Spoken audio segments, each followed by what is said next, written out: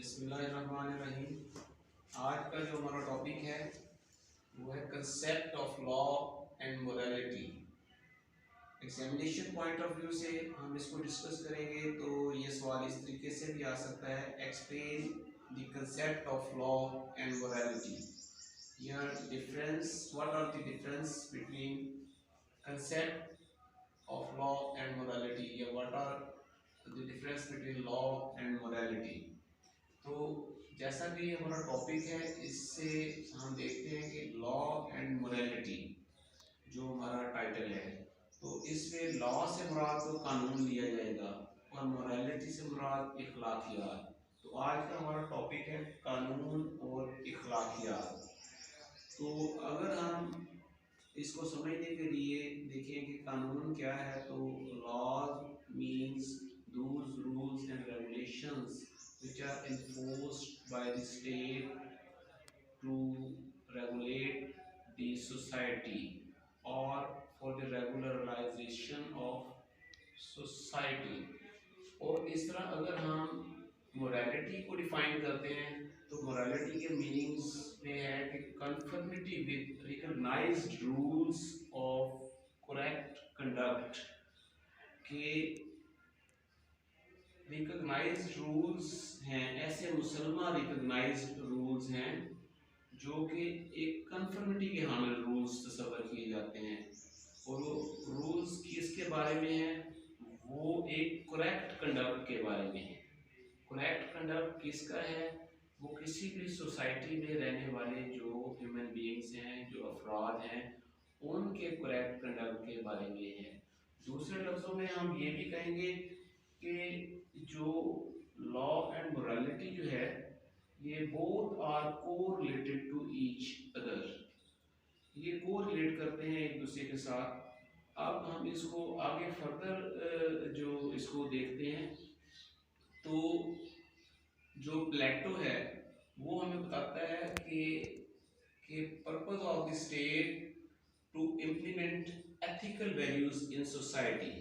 एक रियासत की बुनियादी जिम्मेदारी है कि उसने एथिकल वैल्यूज को एक रियासत में और एक सोसाइटी में, एक मुआशरे में इम्प्लीमेंट करना है। तो एथिकल वैल्यूज क्या हैं?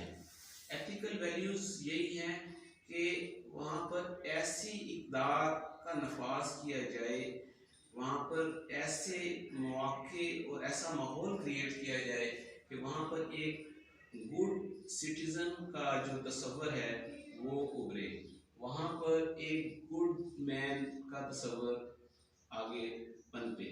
तो इसमें हम देखेंगे कि एक जो मॉरल बेस है या मॉरल वैल्यूज़ हैं वो किस तरीके से आएंगी कि ये एक ह्यूमन एटीट्यूड में उसका जो इंटरनल मामला है उसमें एक एहसास उजागर होगा कि उसमें एक अच्छाई और बुराई की जो पहलू है उसकी तमीज़ का पहलू उसके सामने आएगा। तो वो देखेगा कि वो इस चीज़ में जो है वो क्लैरिफाई कर सकेगा कि ये एक इवल के ज़ुमरे में आती है या एक गुड के ज़ुमरे में ये चीज़ें आती हैं। तो उसमें हम देखते हैं कि एथिकल वैल्यूज़ जो है ना, वो एक अगर देखें तो ये किसी भी सोसाइटी में इनका होना इंतहाई ज़रूरी है ताकि मोरालिटी का कंसेप्ट जो है वो आगे बढ़ सके। इसी तरह हम देखते हैं कि प्लेटोनिक फ़िलॉसफी, अफलातून का जो एक फ़लसफ़ा है उसमें वो कहता है कि एथिकल वैल्यूज़ जो हैं वो बेस्ड ऑन रिलीजन। तो बहुत से मामलात ऐसे हैं, एथिकल वैल्यूज़ ऐसी हैं कि जो कि आपके मज़हब से भी ताल्लुक़ रखते हैं।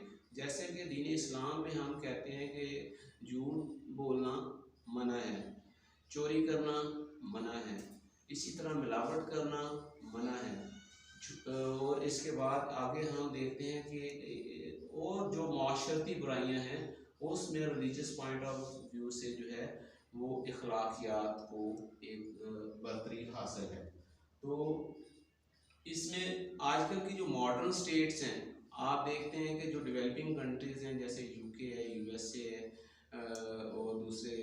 डेवलप्ड कंट्रीज़ हैं, तो वो भी मोरालिटी जो है उस आंसर को जो है वो सर फहरिस्त रखते हुए आगे बढ़ रही हैं।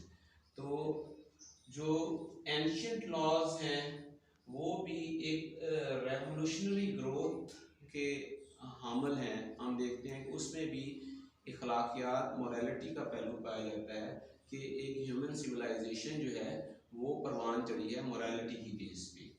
और इसमें हम देखते हैं कि इम्पैक्ट ऑफ मोरालिटी जो है वो क्या है, किसी भी सोसाइटी में अगर मॉरल वैल्यूज़ जो हैं वो मौजूद होंगी तो वहाँ पर क्या होगा, वहाँ पर कानून की अमलदारी होगी, वहाँ पर लोगों के अंदर एक ओबीडियंस का पहलू पाया जाएगा। अगर वहाँ पर मॉरल वैल्यूज़ नहीं होंगी तो लोगों का कंडक्ट जो होगा वो इमोरल होगा और वहाँ पर फिर जो है वो एक वायलेंस का पहलू पाया जाएगा, वहाँ पर जो है अफरा तफरी पाई जाएगी। और जहाँ पर मोरालिटी होगी वहाँ पर जो रियासत जो है, जो गवर्नमेंट जो है वो लॉ को अच्छे तरीके से एनफोर्स कर सकती है अगर वहाँ पर मॉरल वैल्यूज़ परवान चढ़ी हुई होगी। तो इसी तरह हम देखते हैं कि जो मोरालिटी है वो सुपरमेसी ऑफ लॉ में अपना इंतहाई अहम किरदार